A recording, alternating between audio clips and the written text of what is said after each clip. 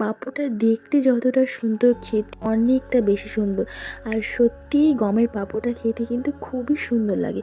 তোমরা অবশ্যই ট্রাই করে দেখো, অনেক ভালো লাগে। হ্যালো বন্ধুরা, তোমরা সকলে কেমন আছো? আশা করি অনেক অনেক ভালো আছো। আজকে আমি বানাবো গম দিয়ে পাঁপড়। তো কিভাবে গম দিয়ে পাঁপড় বানাবো সেটাই তোমাদের সাথে শেয়ার করব, চলো। তো প্রথমত গমটাকে আমি 2 দিন ধরে ভিজিয়ে রেখেছি। তারপরে গমটাকে ভালোভাবে ধুয়ে নিতে হবে। তারপর অল্প অল্প করে দিয়ে মিক্সিতে পিষে নিতে হবে।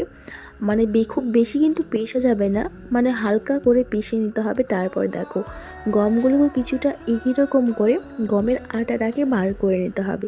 এটাকে কিন্তু ফেলে দিতে হবে, এটা নেওয়া যাবে না।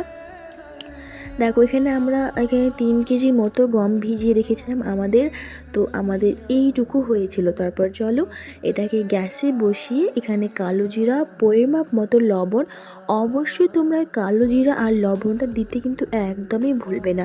এই দুটো সবসময় দেওয়া লাগবে। আর এটা কিন্তু লম্বা সময় ধরে নাড়াচাড়া করতে হবে, নাহলে কিন্তু হবে না। দেখো কিছু সময় একেবারে মানে নাড়াচাড়া করতে করতে কিন্তু একদম থামা যাবে না।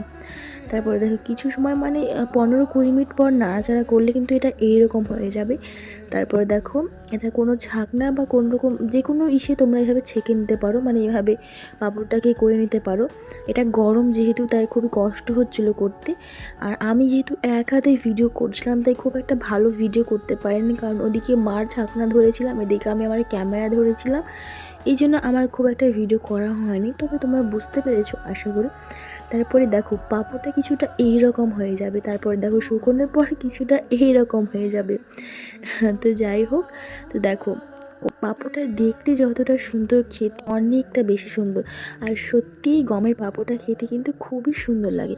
তোমরা অবশ্যই ট্রাই করে দেখো, অনেক ভালো লাগে। আর হ্যাঁ, ভিডিওটি কেমন লাগলো অবশ্যই কমেন্ট করে দিও। আর আমাকে সাবস্ক্রাইব করতে ভুলো না কিন্তু।